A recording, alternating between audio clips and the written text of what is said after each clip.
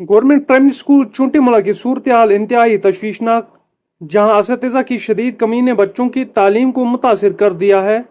School में 150 से ज़ायद तलबा के लिए सिर्फ एक ही उस्ताद मौजूद है, जिसकी वजह से तालीमी मियार में नुमाया कमी आ गई है।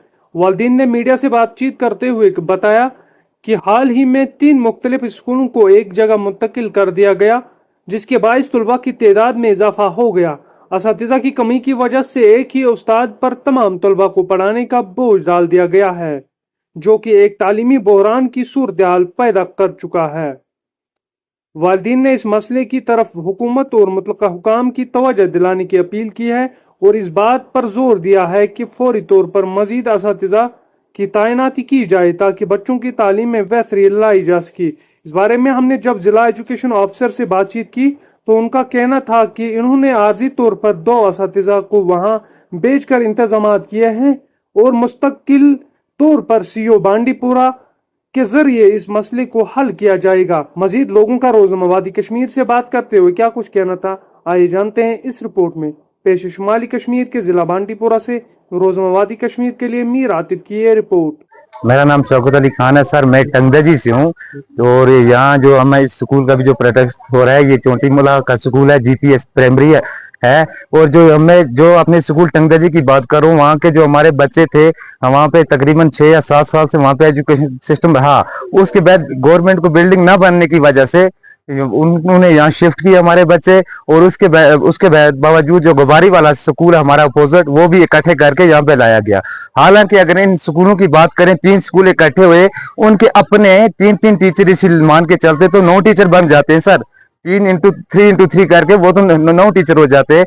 उसके बरैकस अभी हमारे पास प्रेजेंटली 1 टीचर है, यानी कि जो 150 पुलिस बच्चे जो हमारे अभी प्रेजेंटली जो यहाँ पे स्कूल में है इस टाइम, उनके पास केवल 1 टीचर है। यानी कि अगर हम भेड़ बकरियों के साथ भी जाते हैं, अगर 150 भेड़ बकरियों के, वहां भी 3 या 4 बंदे लगते हैं उनको संभालने के लिए। आप भी जरा, आप लोग भी इस एजुकेशन पढ़ के आप आगे गए हैं, चाहे वो डीसी है, एमएलए है, या कोई भी हमारा प्रधानमंत्री है, वो समझ सकते हैं इस बात को कि यहाँ की अभी जो ये पोर फैमिली है, जितने भी यहाँ पे खड़े हैं हमारे पीछे, यहाँ के सब यहाँ के बाशिंदे हैं, सबके बच्चे हैं यहाँ पे खुद मजदूरी पेश आए, जो कि अपने बच्चों को प्राइवेट स्कूल में तालीम नहीं दे सकते हैं, और हम मजबूरी इस गवर्नमेंट स्कूल की तरह रुजू करते हैं। और यहाँ की हालत ऐसी है कि हाँ, हम तो तबाह हो गए, हम बर्बाद हो गए कि हमारा एजुकेशन सिस्टम तब से खराब हो गया। मैं 2001 से लेके 2010 तक यहाँ पे एजुकेशन हमने हासिल की, लेकिन तब ये हो रहा था कि वहां पे हमारे पास तब रोड नहीं थी, हमारे पास कोई प्रेजेंटली यहाँ का लोकल टीचर नहीं था कि जो हमें प्रॉपर एजुकेशन दे सके।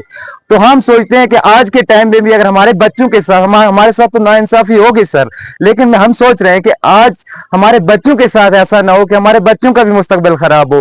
कल वो भी जो हमारी पोस्ट है, जैसे लेबर पोस्ट है या भेड़ बकरियों के पीछे भाग रहे हैं, ऐसा ना हो कि उनको भी जाना पड़े। और हमारी फाइनेंशियल यहाँ पे बहुत बिल्कुल कम है कि इसकी वजह से हम अपने बच्चों को हायर एजुकेशन नहीं दे सकते हैं या श्रीनगर नहीं ट्रांसफर कर सकते हैं ताकि वहां पढ़ सके। तो इसलिए हम रिक्वेस्ट करते हैं जो हमारी हायर अथॉरिटीज है, हमारे अभी आप प्रिंसिपल साहब थे, हम उनके पास गए, रिक्वेस्ट लेके गए कि सर हमारे यहाँ पे ऐसी प्रॉब्लम है कि 150 बच्चों के पास आपने केवल 1 टीचर रखा है, जो हमारे नाकाबिले बर्दाश्त है यहाँ की।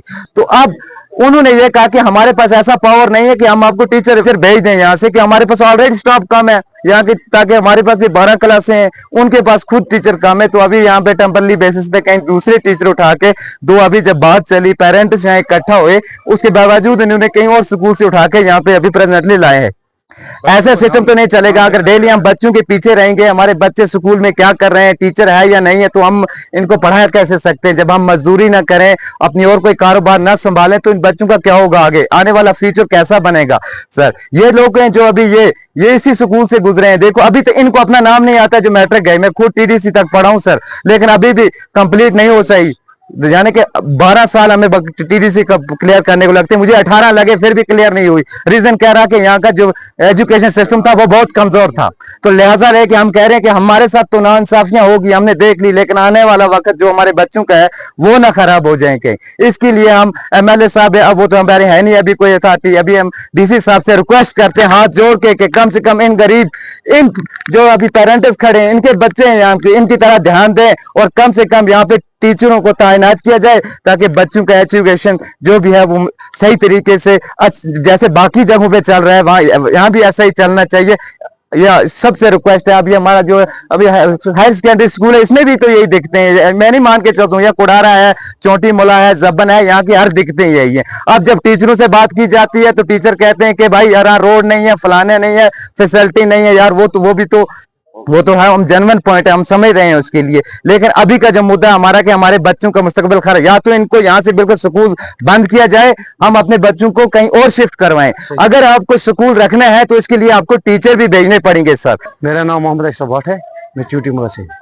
पता है क्या मामला? जी हमारे यहाँ प्राइमरी स्कूल है जिसमें 3 स्कूल हैं, इन्होंने एक इकट्ठे किए हैं, जिसकी वजह से एक टीचर यहाँ पर अवेलेबल है, बाकी कोई पता नहीं है। 3 साल से पहले सर।